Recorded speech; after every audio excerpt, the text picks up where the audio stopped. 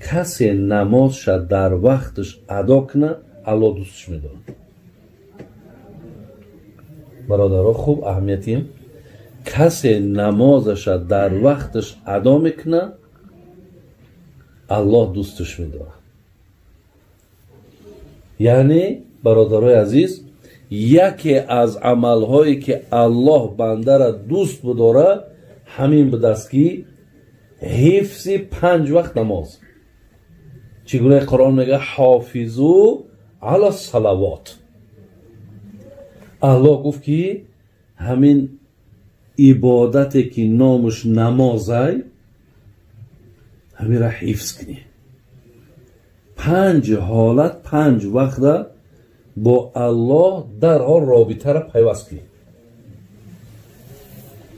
همین لحظه هایی که شما به نماز راست میشین الله ترا دوست میداشته. محافظی ادا کننده نماز الله دوست میداشته. حضرت عایشه مادرمون هم گفتن که عایشه گفتن برای چی اینقدر نماز در قرآن زیاد یاد شده است؟ عایشه مادرمون هم اگه زنی پیامبر آخی یک محبوبه پیامبر جواب بهترین داد.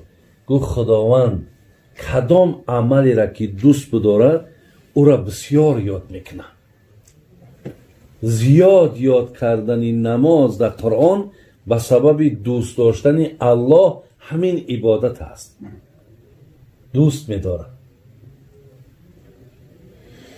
خدا رحمت کنه. همین خواجه حافظ برای همین بود که میگو هر آن کس که در این حلقه نیست زنده به عشق با او نمورده به فتوای من نماز کنید.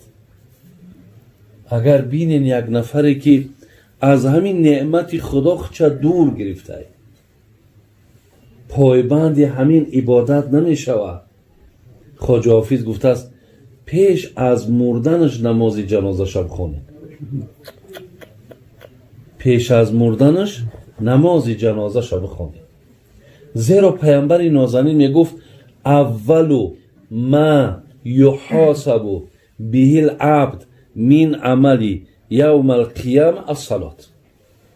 اولین سوالی که الحال جان مرا خدا گرفته، خب من بگیم به دنیای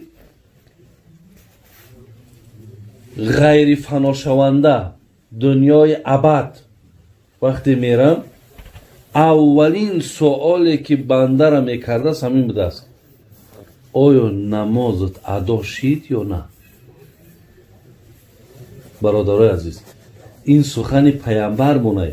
من یگان سخنی به ادرس نمیگم و یگان حدیثتان نمیگم که بگن این حدیث علت داره یا مثلا ضعف داره یا فلان. نه، اولین سوالی که بنده را الله روز قیامت میکند از نمازش است. برای این 4 کتابی ما و شما میگو روز محشر که جانگداز بود اولین پرسیش از نماز بود. بعد نصیحت میکنه پس مکن در نمازها تقصیر تا در آن روز باشد توفیر. بچم در نمازها به پروایی نکو تا که این نماز روز قیامت دست بگیره.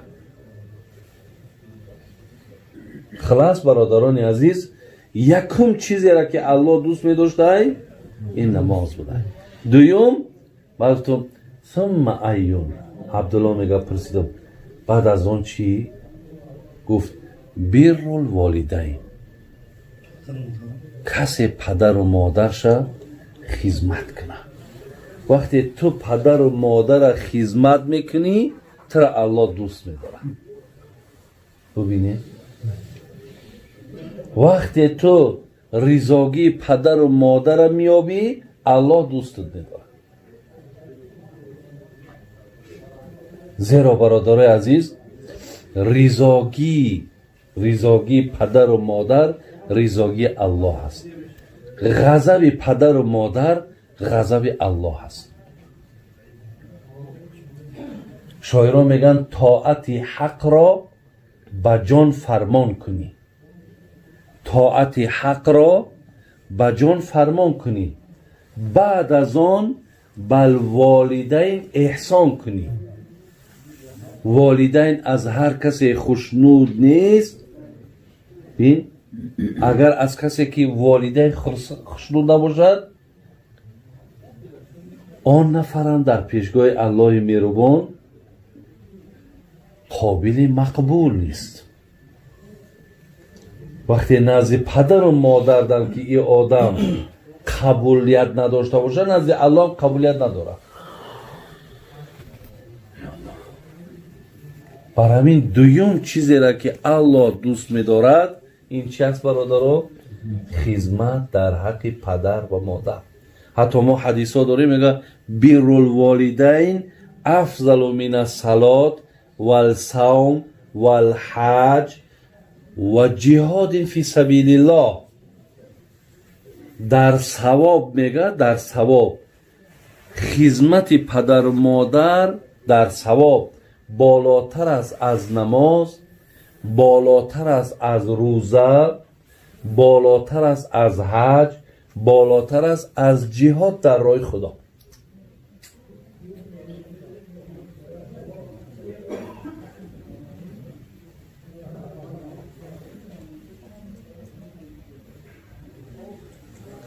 خواهی که خدای از تو خوشنود شود، سرمایه عمری تو همه سود شود، در بند رضای پدر و مادر باش تا جمله گناهت همه نابود شود. خدا کنه برادران عزیز و گرامی که ما را الله توفیق دهد که دوستدار این عمل ها باشیم. خدا توفیق منتهد که از عبادتش هیچ وقت دور نباشیم. همیشه اطاعت او را کنیم، فرمان برداری کنیم. خدا توفیق منتهد که اگر حاضر حیات باشه پدر و مادرمون یک کف دعاشون بگیریم، خدمتشون کنیم. و الله مهربان باز هم احسان ها و خیرهای این خاندان قبول گردانه. گذشته مادرشون خدا رحمت و مغفرت کنه. اهل جمعیت ما را خدا شما قدماتون به حسنات و ایمانتون کامل نگه دارم. کاری همینجا انشاءالله خیلی رحمت کنه. تلاوت شدن باید ختمی تجربه را